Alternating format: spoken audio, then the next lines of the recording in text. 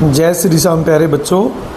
तो बेटा आज के इस शॉर्ट में हम लोग बात करेंगे अपने इंडियन इकोनॉमिक्स के एक और टॉपिक के बारे में जिसका नाम है कॉमर्शलाइजेशन ऑफ एग्रीकल्चर।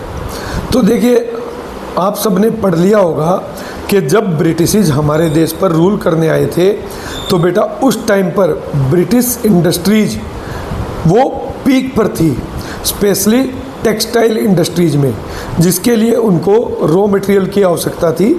तो उसके लिए ब्रिटिश ने एक पॉलिसी बनाई और उन्होंने जो हमारे देश के फार्मर्स हैं बेटा उनको एक हाई प्राइस देना स्टार्ट कर दिया for producing cash crop instead of food crops. उन्होंने कहा कि आप कॉटन जूट का प्रोडक्शन कीजिए, हम आपको ज़्यादा प्राइस पे करेंगे। और इसी की वजह से हमारे देश में किसानों ने प्रोड्यूस करना शुरू कर दिया कैश क्रॉप्स, जबकि वो पहले प्रोड्यूस कर रहे थे फूड क्रॉप्स।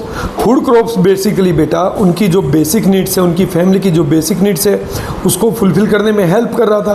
परंतु जो कैश क्रॉप्स है बेटा it was fully based on the uncertainty of the market.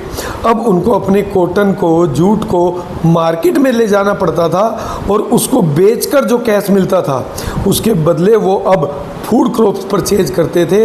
यानी पूरी तरह से इसके बाद उनको अनसर्टेनिटी ऑफ मार्केट के ऊपर छोड़ दिया गया, जिसकी वजह से हमारे देश में जो फार्मर्स हैं बेटा उनकी कंडीशन और ज़्यादा पुअर हो गई। यहाँ तक कि ब्रिटिश गवर्नमेंट ने बेटा कैश क्रॉप्स के लिए हमारे देश में फार्मर्स को लोन भी प्रोवाइड किया और उनको मोटिवेट किया, फोर्स भी किया that they have to produce cash crop instead of food crops. तो this is called beta commercialisation of agriculture, यानी कि बाजार के लिए आपको आउटपुट प्रोड्यूस करना है। ठीक है बेटा, तो ये था आज के शॉर्ट में। तो चलिए मिलेंगे अब अपने नेक्स्ट शॉर्ट में, तब तक के लिए जय श्री श्याम।